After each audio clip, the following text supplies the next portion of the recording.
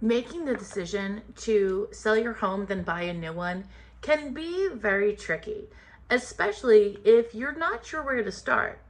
So in this series, what I'm going to do is break down some simple steps that you can take to make sure that it's as seamless as possible. So when you have finally decided, we're thinking of selling your home and then upgrading, downgrading, whatever the case is, very first thing you want to do is go look for a realtor that you connect with. Interview a few realtors, and then the ones that you like, have them come out and give a listing presentation. A listing presentation is just that.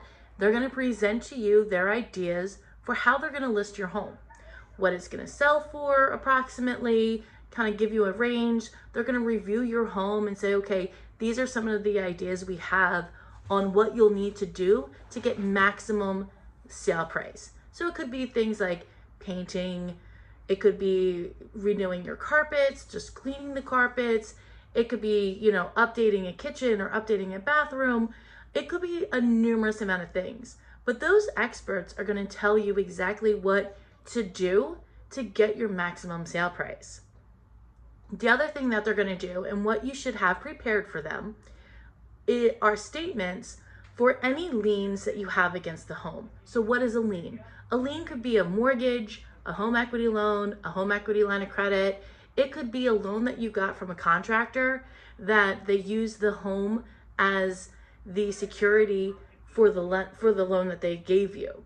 Okay, so anything that's like that, solar panels that you own, things like that, where they use the equity in the house to fund the loan, will need to get paid off when you sell. And that's going to eat away at some of your net profit. That's really important for a realtor to know, because they're trying to get you the most amount of money possible so that you can invest that into the next house. And if they don't know something, that could really, really impact how much you get back at closing and what the next home is going to cost you. So definitely have all of those details ready for the realtors to look at. Again, have them come out, take a look at a home. And the reason you want to do this when you're just even thinking about it, maybe you're dipping your toes in, is because this is going to give you that data you need to analyze to determine if selling your home is a wise choice. Sometimes you're going to see the numbers and go, you know what? We're probably better off if we stay here. Sometimes you're going to see the numbers and go, wow, I never knew I could earn so much profit. So knowing those numbers are really imperative to determine your next steps.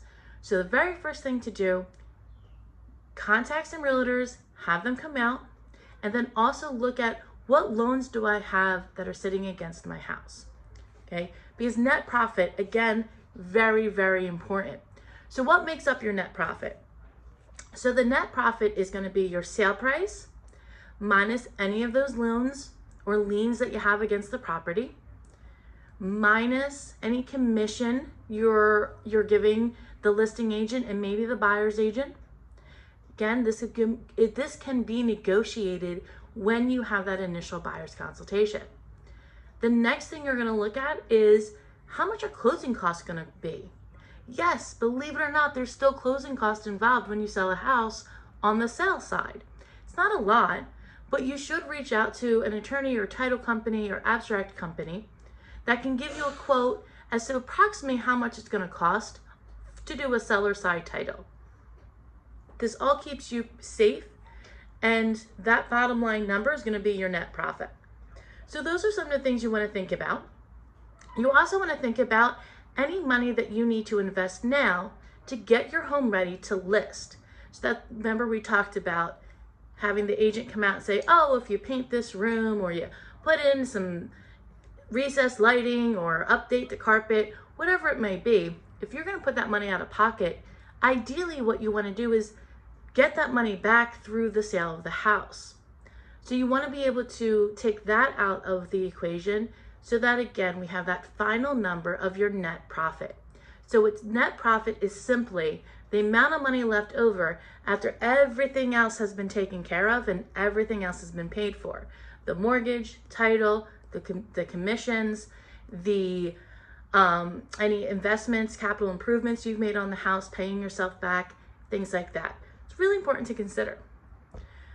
And from that point, once you have your net profit, the next steps become a lot easier.